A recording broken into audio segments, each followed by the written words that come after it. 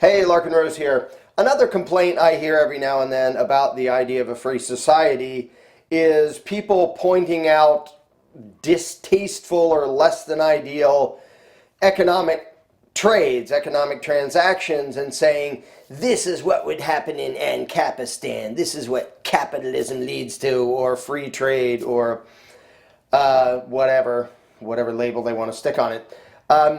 And they'll bring up things like child labor, or people working all day for $1, or people selling their kidneys, or and somebody somebody asked me to do a video on the topic because they brought up an article, some news story in the UK about some people are offering like sex for rent, like people are advertising, I have a room for rent in exchange for sexual favors. And whether it's true or not, I don't even know. Like, the story was even sort of vague. But people will point to that and go, see, that's what would happen in Ancapistan. It's horrible. How can you tolerate such a thing? And so as usual, there's a bunch of mushy-headed mistakes built into their complaint. First of all, there's this weird assumption that if not for free trade and capitalism, there would just be an infinite amount of free stuff, and nobody would ever have to work really hard or sacrifice or do some, kind of gross trade to get by, because people would just magically have free stuff. Socialism doesn't really turn out that way. What it has turned out as, in more than one occasion, is lots of dead people who don't have anything.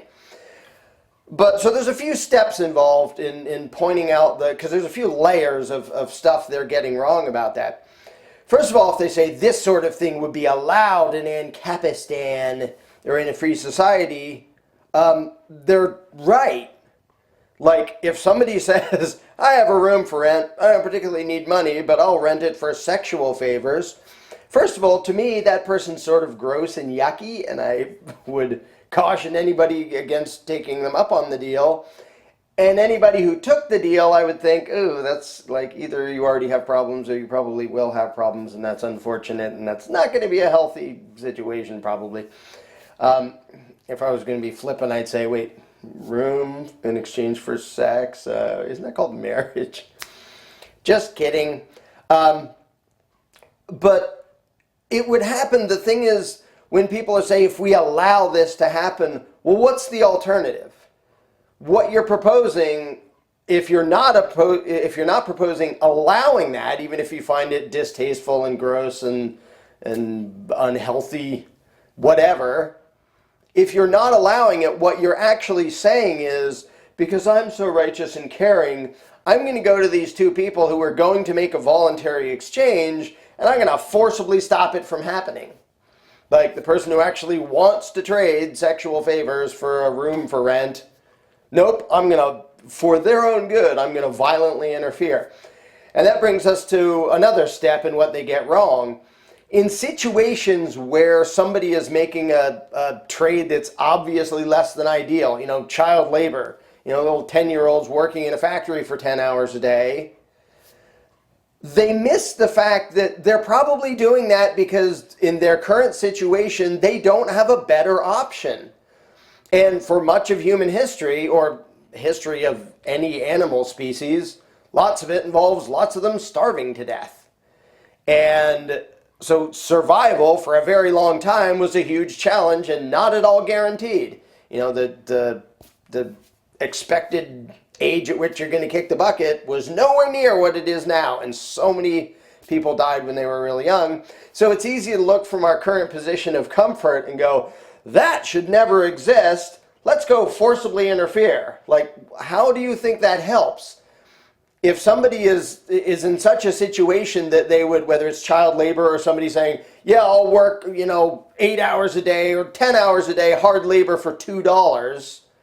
Like, okay, that sucks. That's sad that somebody's in that position. How do you think you're helping them by going in and saying, nope, I'm not going to let you even get those $2. I'm going to interfere with you even getting those $2 when you obviously didn't see a better alternative, or you would have chosen a better alternative. So I'm going to take your best alternative, and from my first world, privileged station, I'm going to demonstrate my compassion by violently interfering with the best option that you thought you had and making it so you don't even have that. And then I can feel self-righteous and virtuous as you starve to death because you couldn't have anything better. Now, often, in fact, damn near always these days, those situations are directly the result of government coercion stopping people from having better options. And when the situation is a result of government coercion, keeping people from doing something better, whether it's by taxes and regulation, destroying business, or by government just grabbing all the resources and saying, now you have to work for this corporation, this mine, this whatever the company is, because we made it so they're the only ones who own anything, they're the only opportunity around. The government coercion is the bad part. Now, if there's a corporation company using that government coercion to do that, that's bad too. Like if they're trying to make that happen, that's bad too. The bad thing is not making the offer. It's not making the offer even for something you find distasteful or unfair or, whatever arbitrary thing you want to stick on it. If somebody says you can rent a room for sex, okay, that's gross, that's ewy, and both sides have the right to make that deal if that's the deal they want to make, and you advocating violent interference with that is not doing either one of them a favor. And it's not you being compassionate, and it's not you enriching anybody. And that's the silly notion, is the idea that, well, by way of government coercion, it'll magically make people rich so they don't have to do these deals. And it does the exact opposite. And I could go into a rant about the minimum wage and how it's, it doesn't make people pay more. It just forcibly interferes with any arrangement in which this person was going to do a deal with that person for this dollar amount. It doesn't make that guy pay more because that guy has the option to go, I can't afford you, you're fired, which happens all over the place when the minimum wage goes up or when it's put in place at all. And we're being compassionate because we're violently interfering with a deal that the person wanted to take because in his current situation, that was the best he could find. And it's true even when it's something yucky or unhealthy or anything like that. Child labor, the person trading sex for a place to live.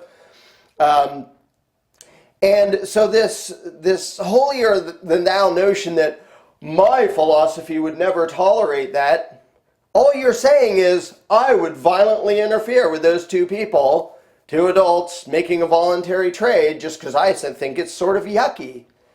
That makes you the intruding violent twit. That makes you the primary problem. You're a bigger problem than the sort of yucky freedom that they were going to engage in.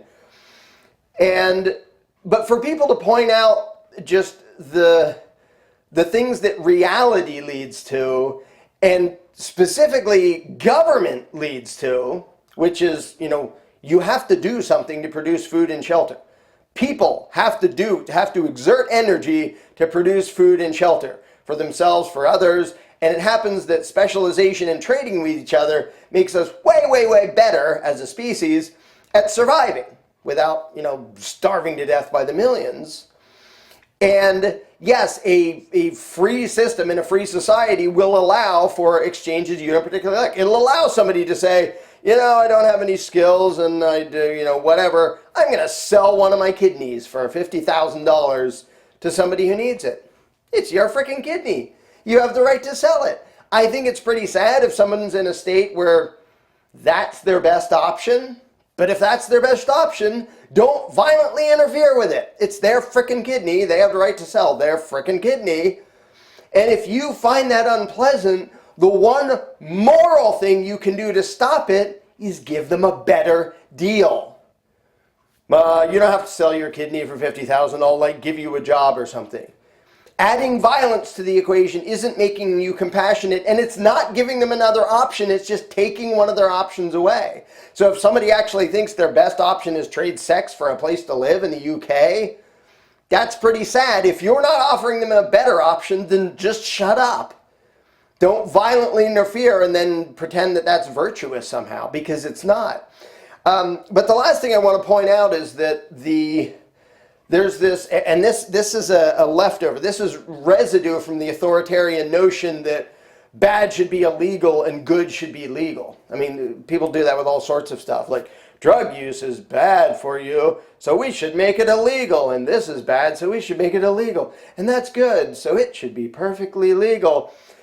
And people have those two concepts so mixed in their heads that they project it onto others. And so if somebody like me says, no, you don't have the right to forcibly interfere with somebody who wants to trade sex for a place to stay, they decide that that means I must like that arrangement. I must think it's perfectly fine. And they'll actually talk that way. Oh, so I guess you think it's perfectly fine for somebody to work this minute or sell their kidney or trade sex for a place to live. No, I think it's really sad and unfortunate. The fact that I don't violently interfere with it doesn't mean I approve of it. It doesn't mean I think it's ideal. And the last thing I want to cover is the thing that makes it so people don't have to frickin' do that is freedom. Freedom is what creates enough prosperity that people aren't that frickin' desperate. And if you look around the world at the places where, the companies go to hire people for $1 a day, why is it that way? Because of the friggin' governments. And sometimes it's, like I said, it's the governments at the behest of the big corporations stealing the resources and squashing competition and trapping people in a situation where that's their only option. And that's nasty. If you're using coercion to make that be somebody's best option, you're the bad guy. If it already is somebody's best option and you're just offering them another option, that's not evil. Even if it's sort of gross and yucky and other people don't like it, even if I don't like it, I don't have the right to forcibly interfere with that.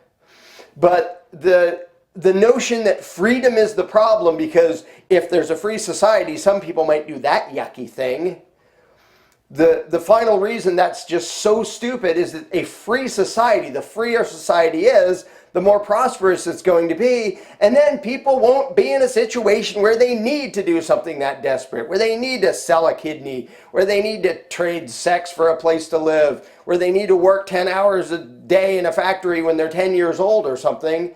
They won't need to do that because of the overall prosperity, which makes all of us able to help each other. And in the US, the very relative freedom, we have nothing even close to a free market here, and haven't for ages and ages and ages. Well, we haven't ever had a real free market here, but it's gotten less and less free over the decades as more and more regulations and taxes hit everything. But even with all those anchors tied to it, the relative economic freedom has made the American people so freaking rich that, first of all, nobody starves here. Nobody starves to death in the US, which is a freaking miracle. I mean, if we're used to it and that's all you've seen all your life, you go, well, whoopee-doo, that's an easy accomplishment. No, it's freaking not. You look at the history of humanity, starvation was all over the freaking place, and it isn't right here because of the prosperity of that relative freedom. And on top of that, that prosperity has allowed Americans, after being robbed by the state, after being controlled and regulated and taxed and all this crap, after all that, they still give billions of dollars to charity, giving stuff to people for free because, oh, that person needs help. Here's some help. That is what freedom allows. Whereas socialism creates poverty and, often mass death because it destroys the prosperity. So to complain about the freedom that allows for the prosperity that makes it so people don't have to do that sort of stuff. So now people can whine about, I should make $15 an hour for going like this. Do you have any idea how ridiculously luxurious and spoiled an American burger flipper is compared to most of the people in the world throughout most of history? Do you have any freaking clue how easy a life they have? What a pathetically small amount of work, what a pathetically small risk to their life and their safety it is to do that job, that, menial a task, compared to most of history and most of the world.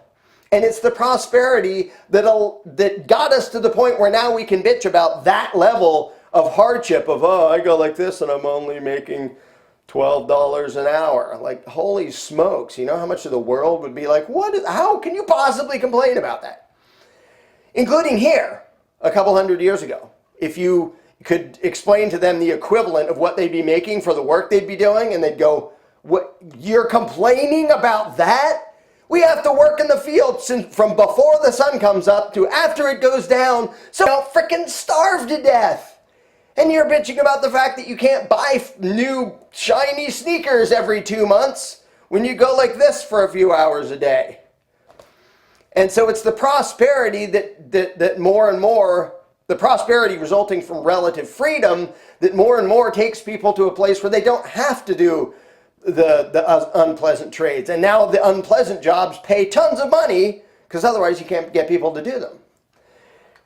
And so to complain about freedom, to point to examples of voluntary exchange that are sort of yucky and unfortunate, and say the problem with this is definitely freedom, and the solution is violently stopping them from making that deal, is just to misunderstand everything about economics and wealth and human nature and freedom and self-ownership and everything. Basically to point to some situation and say, that's not ideal, therefore let's have a violent, parasitic ruling class making that not happen. It's just so ignorant and so stupid, especially given the hundreds of years of experience of what that actually leads to. And then if you look at the poverty and in the Soviet Union, the stories of people literally selling their children as food, you can't get worse than that. And that is what socialism has caused. And that is the result of coercion and violence, not freedom. And so it's so weird to me that people will still find occasional voluntary exchanges and say, "Ew, that's yucky, and that shows why we can't have freedom." I mean, they won't phrase it that way, but they'll talk about, and Capistan and this anarcho-capitalism leads to these horrible injustices. And it's the exact other way around. That the more economic freedom there is, the richer we get, and the less people have to do the unpleasant stuff. I mean, look how many people today aren't doing anything. They're sitting around on their butts playing video games, and they're taken care of by somebody else to a degree that I don't even think that's healthy. Like the number of people who have no skills and no talent and no incentive to go do anything useful because they're taken care of, that's not psychologically healthy. And yet people, and I totally admit that that's a result of freedom. We got so prosperous that we can be lazy and unhealthy, worthless twits, a bunch of us, which is sad. And then you need some other incentive to get off your butt and do something with your friggin' life.